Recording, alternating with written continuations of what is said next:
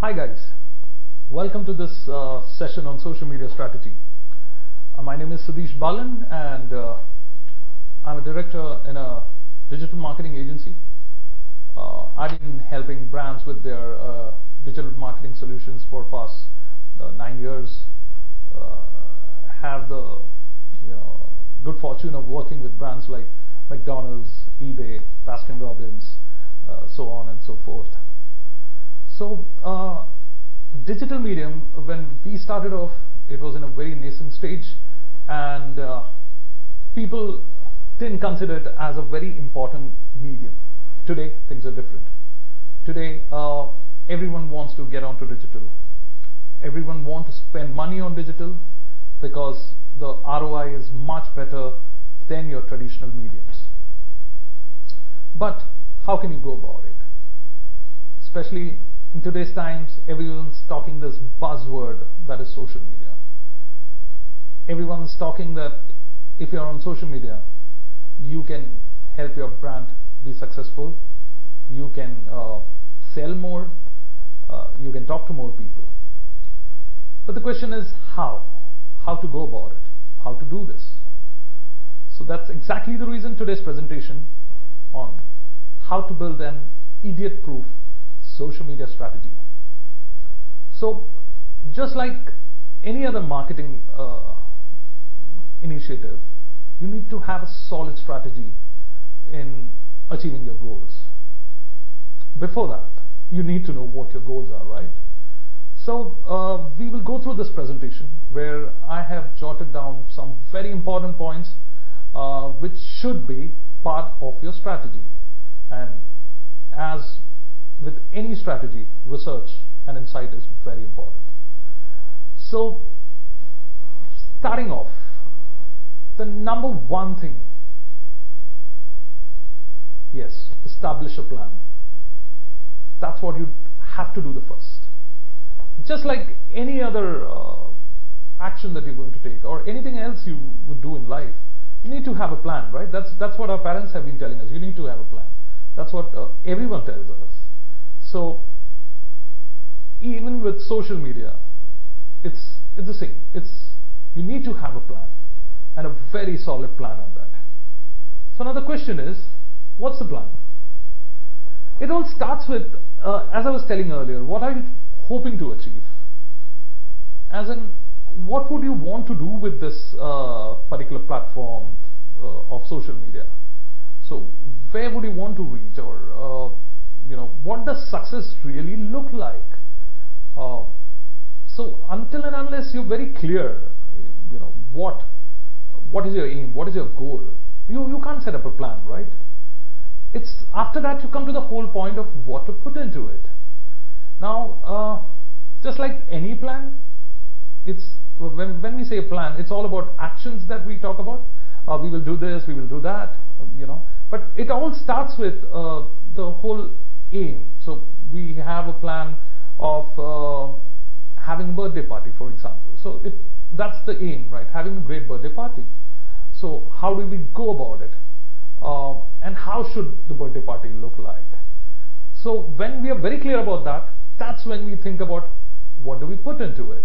How do we make it a rocking birthday party? So it's the same with social media or any other marketing initiatives, that you need to be very clear what are you going to achieve with it and what would it look like if it turns out to be successful, and in this case a rocking birthday party, that is. So you have to be very clear what to put into it. Now how do we be clear about this? It's very easier said than done, that we need to be clear. So the best way is to have an editorial calendar. If you have an editorial calendar, it makes it very simple, very easy for you as well as your teammates or stakeholders to know or to be very clear what is it that you're going to be doing on social media. So importantly, as I was saying, so today anyone would start a social media page because it doesn't really cost much, right? Or cost at all. You can start a brand page and keep on posting anything that you find interesting. Just put it there. So it's like Salman Khan met Narendra Modi, and how Narendra Modi applauded Salman Khan for his support to the Swachh Bharat Abhiyan. So it could be anything that you go on putting, anything interesting. So people put comics, people put memes. Now the point is, when and why do you put it? That's why the publishing schedule will really help you, because your content has to be consistent. Now when you have a plan, you yourself know what is going to happen next week. Or you have an annual plan, so November is this campaign, December is this campaign. So you're much more clear what is going to happen over the months on a macro level, right? You're going to be clear what's going to happen weekly and what's going to happen daily on a micro level. So you know tomorrow's posts are going to be based on this particular topic, or on this particular trend that you're going to put in. An editorial calendar also helps you to assign tasks. So you can make people responsible that this part, like for example, posts on social media will be done by maybe one particular person. The posts on Twitter will be done by another person. So it's all very clear. So your team members would be very clear what they need to do to make your social media successful. The editorial calendar becomes your roadmap, and as I was telling earlier, your roadmap to success.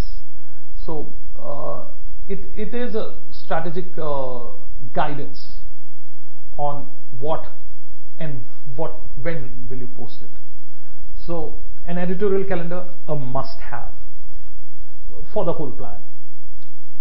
Second, important, know your customer. Now, why is it so important? You need to know who are the people you're talking to, right? So the target market, it's as in any marketing initiative, you need to know who are they. Because it's digital, because it's online, the social media is online, you need to know why are they spending their time online. And importantly, if you're a brand, if you're a product or a service, you need to know how can your solution or your service or your product be a solution for these customers or these people who are on your page. Knowing the reason that they are there, as in why they are there, will help you speak to them in a better way. So to get a better understanding of this, it would be ideal if you can create a persona. So I will take you through in a brief manner how can you reach upon creating a persona. So persona is basically trying to visualize or assume that the customer you're talking to is a person. So for example, you're talking to Rohan. That's your customer, because if you check out your target group, maybe it's 18 to 24, which is the most predominant target group on social media. It's Rohan, male, right? And young, so goes to college, loves bikes, all these aspects. So today most of the brands, or any brand worth its salt, are trying to appeal to the young audience. So here we create a persona. So we name him, for example, Rohan. We try to understand if he's working, as in at that age from 18 to 24, he's just after college, if he's working, or maybe he's in college, right? So when we're looking at a gap of 18 to 24, let's try to understand what does he do. Is he studying or is he working? Of course, we have understood that he's male, and we are, in India, and we might be working for an Indian brand. So we try to understand his nationality. So if you are an international brand, you would again, it's very important that you understand his nationality. Which part of the world is he from? Now, if he's from India, we have to understand where is the predominant audience coming from. So which part of India? So certain brands or certain products, it's more popular in the north, and that's where you would like your customers or people to come from. So for example, channels do very well in the northern belt, especially UP. So you would want to understand what does a guy who's in the age bracket of 18 to 24, what are his interests, what are his likes, and what does he like doing, and how does he talk, and how would he like to be talked to or spoken to. So if you envision the person right, it's better for you to talk to him, because it's almost as if you're talking to a person. So you try to understand Rohan as your friend, nephew, or try to think of a similarity if someone you know, or try to build this persona in your mind. So it becomes very easy for you to create a conversation. It help you build up your tone, voice, and message on social media. On social media especially, your tonality plays a very important role. You can't be talking to Rohan like you would be talking to someone who's 40 plus matured individual. So Rohan, his interest would be more of biking, sports, technology, and movies. So that's the kind of content that you will put up, and the way you would talk to him will be more friendly, not with respect, right? So which you would want to speak to a 40 plus individual.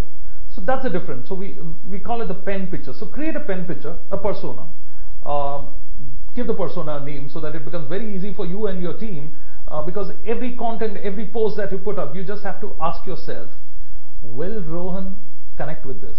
Will Rohan engage with this content? So be it Facebook, be it Twitter, be it Instagram, anywhere. It's very important to have a persona, because once you build a persona, it is across platforms that you can try to gauge, would the content work, would the content click or not. The next point, be a resource. Why would people be on your page? Why would people be on your be it Instagram? Why would people follow you on Facebook? It's because it adds some value to their life. It could be in any form. It could be educative, it could be informative, it could be fun, but some amount of value. Be it entertainment, right? So it's giving them some value. So until and unless you give that, your customer won't connect with you. And these are the ways you can connect to a customer. As I was saying earlier, become a valuable resource. Share content on a daily basis. And you're not sharing because you would expect something back from them. You're sharing because it's your way of giving to them, because they are following you, they are engaging with you, you consider them as brand loyalists, and slowly, gradually turn them into brand loyalists so that they can take your messaging further. You need to, just like in any relationship, be it friends, family, colleagues, you need to build a rapport. You need to establish trust so that they believe in you, they believe what you say, and they would be ready to engage with you if you build up that trust and confidence in them. Set expectations.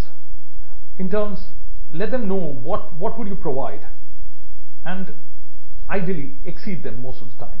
Right. So if you're providing entertaining content, if you're providing something humorous, make it better all the time. So there are very interesting pages that you can see. For example, Zomato. They do very awesome minimalist content, and they up the bar with every post that they do. Now the question is, how do you go about it? Again, how can you do this to be this valuable resource?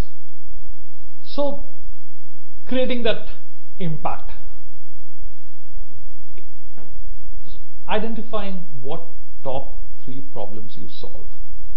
So as I was saying, if you have to be a valuable resource, you have to understand what kind of solution would you provide in being that resource. So you have to identify what top 3 problems you can solve for the users or for your followers. Create unique content. And it's not just about creating content, it's giving some valuable insight with the kind of content that you share. It should also be about sharing your expertise, maybe giving your own take on things, as long as it's not political and it's not very controversial. Ideally, it's great if you could give your own views on certain aspect, any news that you pick up, any information that you provide. And this could be done in different content formats. It not necessarily be some amount of text that you put in. It has to be ideally. I'll come to those sections where visuals play a very important role. But yeah, as we're saying here, even in visuals, so it could be video, it could be images, it could be a collage, it could be an infographic. So you know, and how do you be this resource? You could do webinars, right? You could put up videos, you could put webinars about interesting discussions, or you know, an expert answering queries that people have pertaining to your particular product or service that you provide. You could pick up content from you know, other professionals from the same industry or category and add it to your mix. Most importantly, and I would like to emphasize on this, tell, don't sell. So it all comes back to that aspect of you know, it's not to get something out of them, it's more to provide your followers with interesting content, and be that place or be that resource for them, so that they would want to come back to you, they would want to stick to you, they would want to see and wait for every post that you put, be it on any platform. Moving to the next main important point, that is choosing your channels. Now it's very easily like people have this impression that social media is all about getting onto Facebook, making an account, and just keeping on posting. That's what I spoke about earlier. But it is not really that. So it all depends upon understanding you know, what kind of platform would suit you, right? And your followers or your customers, when I say your customers, you know, your true customer, your product customers, or people who have you know, taken your or subscribed to your solutions, what are the channels that they are on, right? So if you are maybe a B2B company, it doesn't really make sense to spend, I wouldn't say don't spend time at all, but doesn't really make sense to spend a lot of time on Facebook, because Facebook is more for your retail customers. You can put up content where, you know, your stakeholders or you know, other businesses, because you're a B2B company, can get some idea of what you're doing next. But in terms of engagement, you really won't find much traction on Facebook if you're a B2B channel. B2C, yes, absolutely. So for example, a B2B would work better on LinkedIn, right? So if you are you know, making the kind of people that you're talking to are engineers, right, or electrical contractors, because your product or the solution that you provide is pertaining to house building. It could be wiring, right? So if you're into a business of selling wires, it doesn't make sense to talk to you know, talk to the retail customer, because it's normally the decision is taken by the engineers, or they are the people who buy. So you give a contract to build a house or do the wiring, so the wiring contractor goes and get the wires.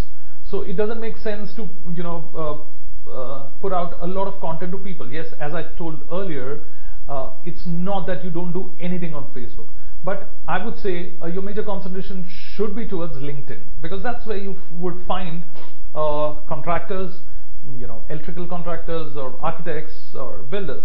So these are the people who use who go and buy wires and in bulk. So as I was saying, choosing a channel is very important. So you have to find which are these channels, and you know, use the kind of content that those kind of channels would require. So where are your customers? When we say channels, where are the places or platforms that they are on? Are they on Facebook? Are they on LinkedIn? Are they on Instagram? So wherever they are predominantly visible. So it could be that you are already aware that they are on Facebook, or as I told you, because it's why I know this because it's a brand that one of the brands that I work with. They are a wires company, and we target more of LinkedIn for them, because on social media there's not much traction that's happening. But otherwise, if it's a new business that you're starting up, or a brand that is going into social media, it would be great if you could do a whole survey. Where are your customers really on? It could be done with the help of free tools like a SurveyMonkey or a Google form, where you can send it across to them and you can check with them which are the platforms they are mostly spending time on. So on that basis, you can decide which channels that you should be available on. So it doesn't make sense to spread wide and be on 6 to 7 social media channels and not able to do justice to all of them. Rather, the recommendation would be you be very much visible on 2 or 3 channels and do all your best on those. Because if it's not consistent, if you're not updating your Facebook social media channels, it leaves a bad impression about your brand, and your followers would feel cheated, or maybe to the extent that this brand is not really doing so well, because as they say, out of sight is out of mind, and they might just forget about your brand. So ideally, that is where all this comes into importance, to be very clear where are your customers, and to decide upon the channels or social media platforms based on where your customers are. Now, also, as I was telling earlier, so each channel, right? You need to, so you pick up 2 or 3 channels and you do your best on those, put all the content that is important. So optimize it to the maximum. Fill up the bio, which is very important. I know it's a very obvious and simple thing to do. A lot of brands, a lot of people still miss out on this very important point. Fill up your bio. Use keywords and industry terms, because when people are searching for you, social media helps in searches. So use the right keywords. Also, it should be, you have to create an ecosystem with all the online channels that you have. So you're on Facebook, you're on Twitter, you're on Instagram, and you have a website.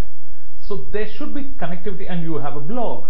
So there should be a connectivity between them. So for example, on your website channel, you should be able to see your Facebook, Twitter, and Instagram icons, and you click on it, it goes to those channels. So you see that today most of the websites do that, and that's the right thing to do. It's something that you always need to keep in mind. At the same time, if you're on Facebook, put across your vanity URL. So for example, a vanity URL for Twitter or Facebook would be www.facebook.com/mybusiness, whatever your business is or whatever the brand name is. So be very sure to put across all your channel links on each channel that you're active on, so that it's all interconnected. Share as much details about your product as much as that you can share, product or business. Importantly, build credibility for your brand. It could come with the background or the kind of work that your brand has done, or the kind of products that your brand or solutions that your brands provide. The awards, people today go as soon as you see some brand is, especially in the marketing circle, some brand has won awards, it means that the brand is good, right? So awards, whatever awards you've won, testimonials.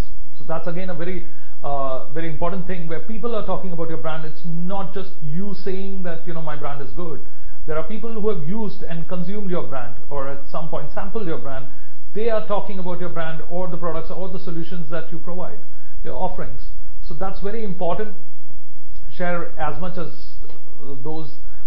Answer frequently asked questions, because again, people have queries, people have questions which run through their mind. Set a sample, put up a sample of FAQs, or keep on responding if people have any concerns, so that they feel the brand is really concerned and the brand wants to help its customers, and it kind of gives that confidence and trust that, you know, if you use a service, a product, or a solution from this particular brand, you can be guaranteed about the after sales. It just builds that kind of confidence and trust. So this falls especially also, so even before buying the product, if you're regularly answering questions, it just makes it very clear, and it falls under that same category where I was emphasizing on tell but don't sell. So you know, this particular point, I'm ending with this one line that I put up there: be there, not everywhere. What it really means is, when you say be there, be